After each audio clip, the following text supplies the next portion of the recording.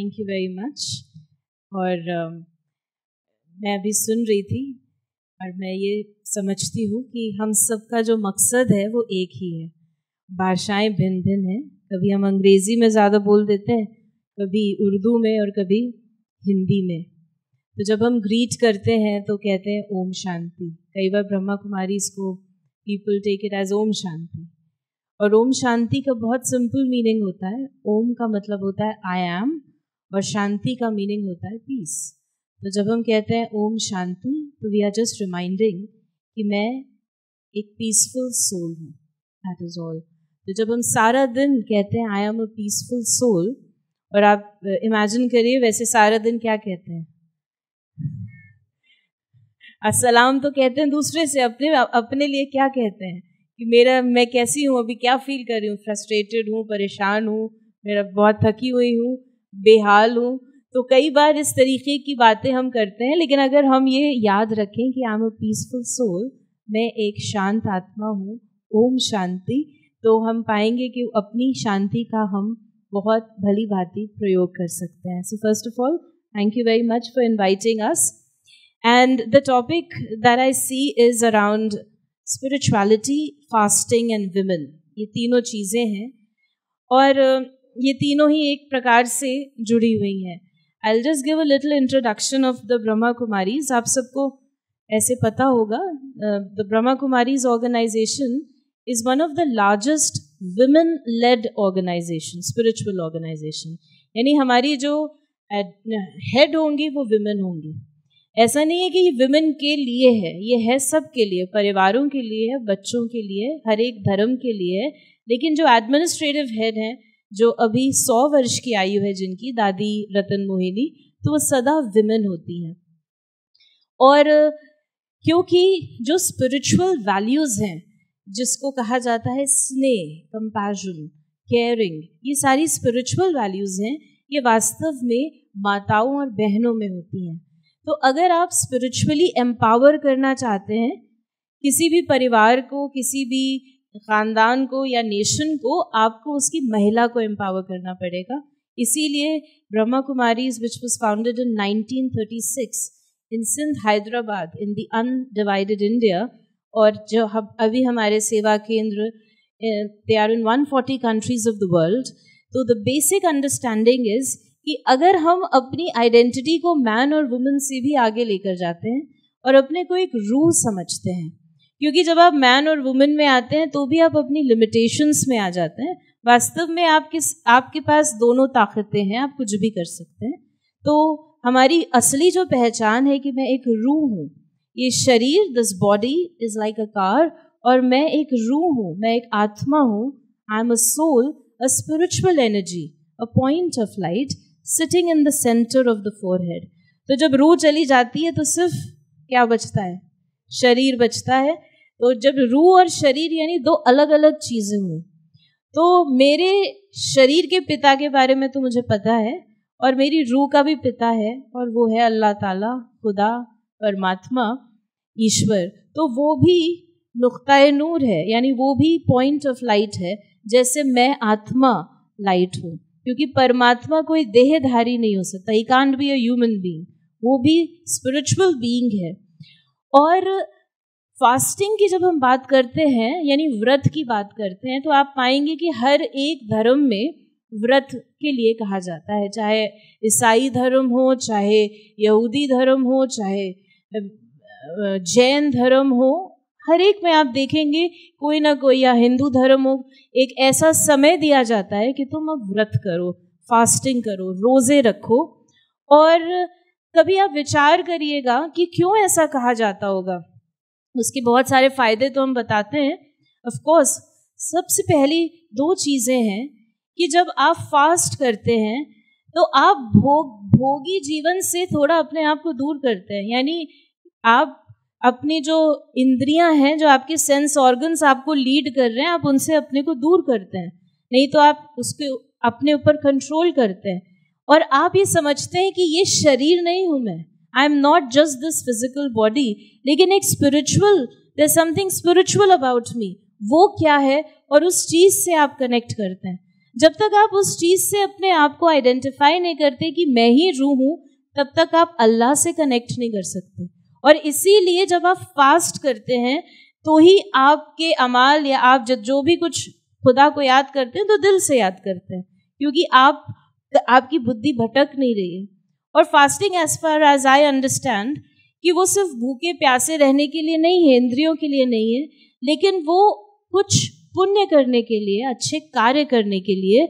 इसका मतलब है कि बाकी दिनों में हम क्या करते हैं।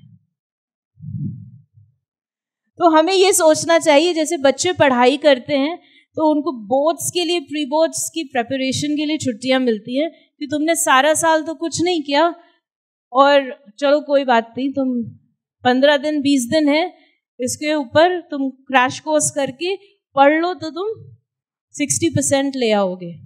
तो हमें ये विचार करना चाहिए कि यही हमारी जिंदगी है कि मैं क्रैश कोर्स करती रहूं और 15-20 दिन तो मैं बहुत अच्छी हूं, अल्लाह को याद कर रही हूँ, सब कुछ मेरे कंट्रोल में, और बाकी समय मैंने क्या किया।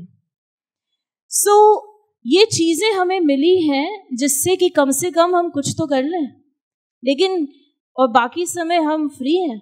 तो जो हम स्पिरिचुअलिटी में राजयोग मेडिटेशन में समझते हैं, वी प्रैक्टिस राजयोगा मेडिटेशन, कि पहली चीज है कि अपने को रूह समझो, अपने को बॉडी समझो ही नहीं, क्योंकि आपकी रियल आइडेंटिटी है that you are a soul, I am a soul, and this is why we are connected. और जब आप अपने को रूह समझते हैं तो रूह की जो क्वालिटीज है वो है शांति, पवित्रता, आनंद, प्रेम, शक्ति और ज्ञान। और जो विकार उत्पन्न होते हैं, जिसे कहा जाता है काम, क्रोध, लोभ, मोह, अहंकार, anger, ego, lust, attachment, greed, ये सारे अपने को शरीर समझने से होते हैं। आप देखेंगे किसी कोर्ट में जाएंगे, कोई भी केस आप उठाएंगे, वो इन पांचों से कनेक्टेड होगा, या तो लस्ट से कनेक्टेड होगा, या एंगर से कनेक्टेड होगा, या ग्रीड से कनेक्टेड होगा, या अटैचमेंट से कनेक्टेड होगा, या ईगो से कनेक्टेड होगा।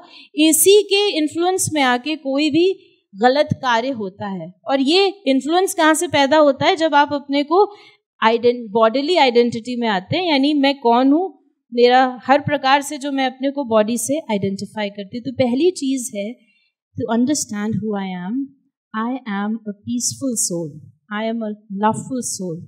और जब मैं वो हूं तो फिर आप कौन हैं? आप भी तो वही हैं, आप भी तो वही शांत स्वरूप आत्मा है। तो जब मैं अपने को आत्मा समझती हूँ तो मैं आपको भी समझती हूँ, और तभी हम दोनों, हमारे बीच में मेरी नजर आपके लिए शुद्ध होती है, मेरी नजर और हर एक नियत भी कहेंगे वो भी शुद्ध हो जाती है, क्योंकि मेरे लिए आप अपने हो जाते हैं। अगर मेरे अंदर देह आता है, देह अभिमान आता है, सो हर प्रकार की लिमिट्स आती हैं और डिविजन्स स्टार्ट हो जाते हैं। इसीलिए परमात्मा ने, अल्लाह ताला ने हर एक को ये कहा है कि तुम अपने को आत्मा समझो, यानी इस शरीर से अलग रहो। और दूसरी चीज है कि जब हम आज के समय में देखते हैं तो व्रत केवल खाने पीने का नहीं है। खाना पीना तो मुंह से है, लेकिन आप आंखों से क्या कंज्यूम करते हैं 24/7, किस तरीके से आप क्या चीजें अंदर ले रहे हैं। और व्रत उसको भी कहा जाता है जो दृढ़ संकल्प होता है। कोई आप निश्चय करते हैं कि ये चीज मैंने व्रत किया हुआ है, यानी कोई ना कोई बुराई का छोड़ना और अच्छाई का अपनाना, उसको भी व्रत कहा जाता है। तो अगर हम अपने जीवन को एक क्रैश कोर्स की तरह ना रखें कि अभी 15 या 40 दिन या 30 दिन 10 दिन 9 दिन तो व्रत है, बाकी दिन मैं फ्री हूं, ये ना समझ के अगर हम रियली स्पिरिचुअल बीइंग्स बन जाएंगे तो आप अपनी स्पिरिचुअल लाइफ को एंजॉय करने लगेंगे। नहीं तो फिर लगता है कि जो रिलीजियस है वो बड़े ही कुछ एंजॉय नहीं कर रहे हैं, बेचारे एंजॉय करते हैं तो गिल्ट में आ जाते हैं। तो ऐसा नहीं है। बट रियल स्पिरिचुअलिटी का मतलब है आप रियल खुशी में रहेंगे, रियल हैप्पीनेस आपके अंदर होगी, आपके अंदर फ्रीडम होगा, आपके अंदर भय नहीं होगा, आपके अंदर किसी भी प्रकार की लिमिटेशंस नहीं होंगी। और इसीलिए जैसे हम राजयोग मेडिटेशन में we say that you remember God, of course, understanding, but not just as God. Cultivate a relationship with God, यानी परमात्मा के साथ अपना संबंध जोड़े, क्योंकि आपकी बुद्धि कहाँ जाती है? कहाँ जाती है? आप किसको याद करते हैं? अल्लाह को? देख लीजिएगा किसको याद करते हैं। तो याद हम उसको करते हैं जो मेरा अपना होता है। तो जिसको हम अपना समझते हैं, मेरा बेटा है, मेरा भाई है, बच्चा है, मेरी माँ है। तो इसीलिए जब परमात्मा से हम अपना रिश्ता जोड़ते हैं दिल का, मेरा रिश्ता जो दिल का होता है, जब हम उससे दिल की बात करते हैं, उसे अपना समझते हैं, वो मेरा है, तब उसकी याद रहेगी, तब हम रियली स्पिरिचुअल बनेंगे।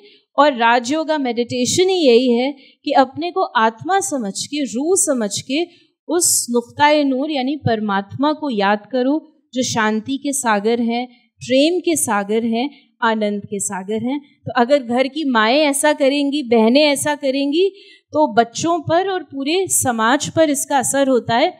और नेचुरली आप देखेंगे ऐसा जो परिवार होता है वो अब हर प्रकार के व्यसन से मुक्त होता है, हर प्रकार की मेंटल एगनी से भी मुक्त होता है और एक आइडियल फैमिली बन जाता है। तो हम आपको इनवाइट करेंगे कि हम सब मिलकर जो नया युग है, नया भारत है, स्वर्ग है, वो यहाँ पर मिलकर लेकर आएं। ओम शांति।